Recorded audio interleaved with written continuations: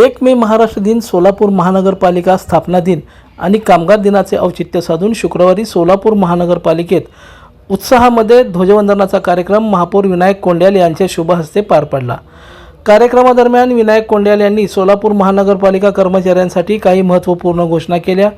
कर्मचाऱ्यांना 3% महागाई भत्ता वाढ देण्याचा निर्णय झाल्याचं त्यांनी सांगितलं।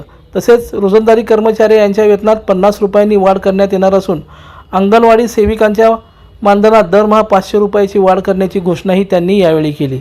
दरम्यान यावेळी महापौर विनायक कोंड्याल यांनी आगामी काळात शहरात राबवण्यात येणाऱ्या विविध विकास कामांची माहिती दिली।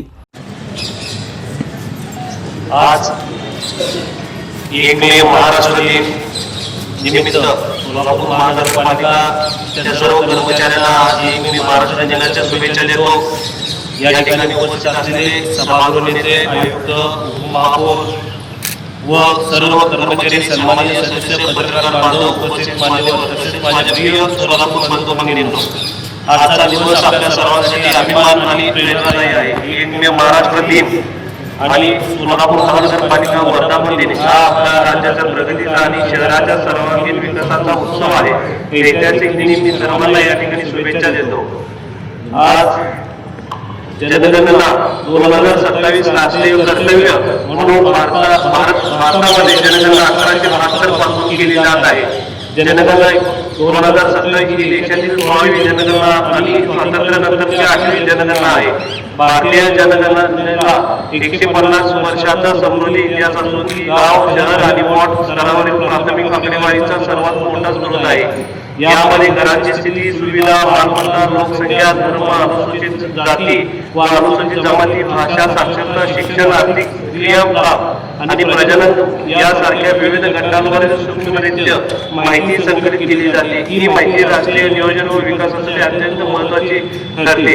आजपासून म्हणजेच दिनांक 1 मे 2026 ते 15 मे 2026 कालावधीतील नागरिकांनी अर्थात स्वगणना करावयाची आहे।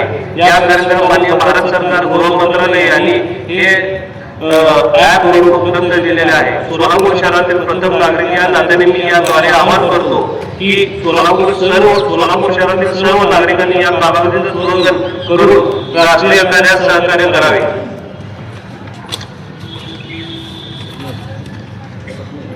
या शुभदिनी सोलापूर महानगरपालिकेच्या वतीने शहराच्या सर्वांगीण विकासासाठी घेतलेल्या काही महत्त्वपूर्ण निर्णय माहिती आपल्याला देताना मला आनंद होत आहे।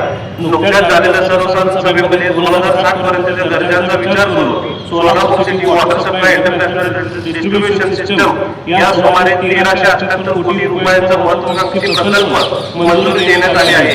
या प्रकल्पासाठी जागतिक बँकेकडून अर्थसहाय्य मिळणार असून यामुळे नागरिकांना नियमित, पुरेसा आणि दाबाने पाणी न्याय पुरवठा सुनिश्चित होईल।